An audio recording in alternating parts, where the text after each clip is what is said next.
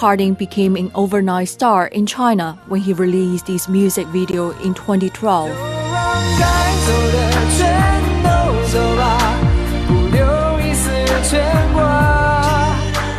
He moved to China in 2011. It was a radical change from his life growing up in Ipswich, outside Brisbane.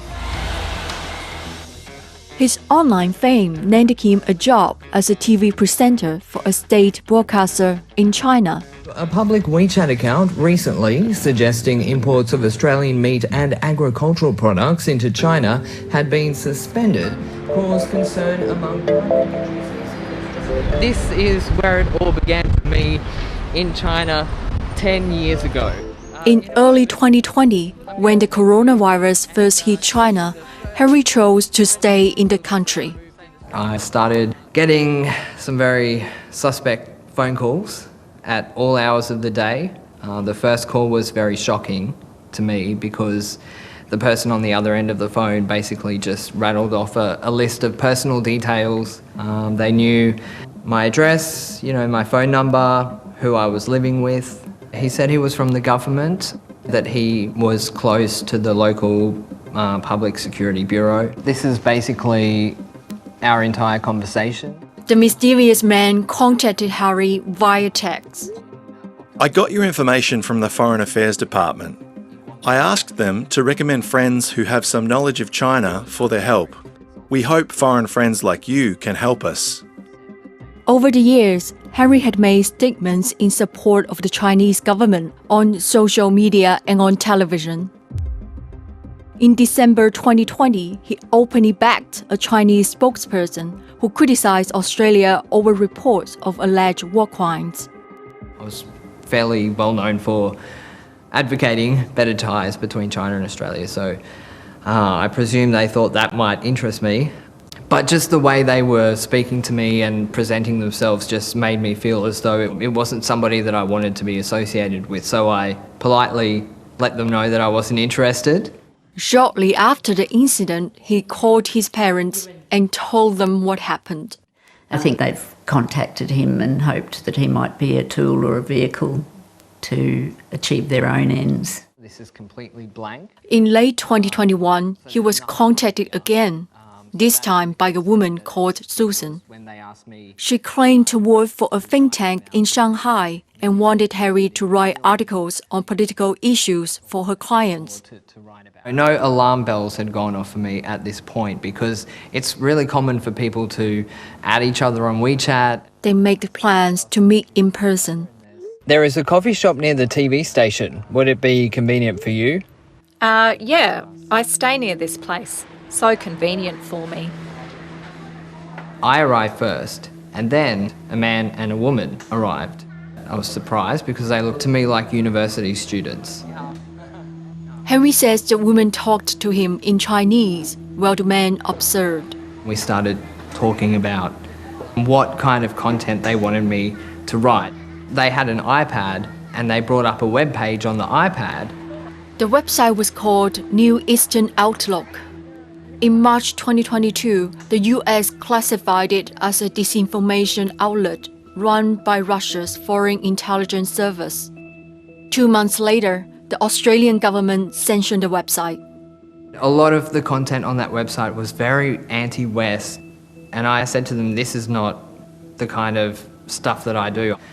It got to the point where they told me that they wanted me to write reports, that I would use my position as a journalist and a television host to reach out to Australian politicians and high-profile people here in Australia, and I would ask about certain topics that they would give me to find information. The woman offered to pay Harry up to 5,000 Australian dollars per report, but he declined. They kept sort of pushing me, and they also said, you don't need to worry because we have other Australians working for us. After we met, we, never spoke again. But he still has her contact details on the Chinese messaging app WeChat. We tried to call Susan several times. Looks like she's not willing to pick up. 7:30 briefed a former CIA intelligence officer, John Cipher, on Henry's account of the approach. And so this is classic espionage tradecraft. It sort of goes under the cover of what normal businesses sometimes do, but often quickly turns into spying. John Cipher worked for the CIA for 28 years, including in Moscow. He knows how foreign agents recruit sources. It's something that all services do, and we in the West do it as well. So if you wanted to summarize the red flags that you can see, what are they in this case? Well, the red flags is, meeting somebody on social media, very quickly being willing to fly and make themselves fully available, and maybe sort of awkwardly or too early offering money into the equation, or pushing things that are a little bit not typical business. We also tried to reach the man who first contacted Harding, who claimed to work for the Chinese government. The associations he said he worked for are affiliated with the United Front Work Department. That's China's primary foreign influence arm. I gave him a call. 喂，您好。你哪里啊？我是澳洲国家电视台 ABC News 的记者，我叫 Echo。您好。2020年5月份的时候，您不是曾经有联系过 Harry Harding 大哈先生，对吗？没有。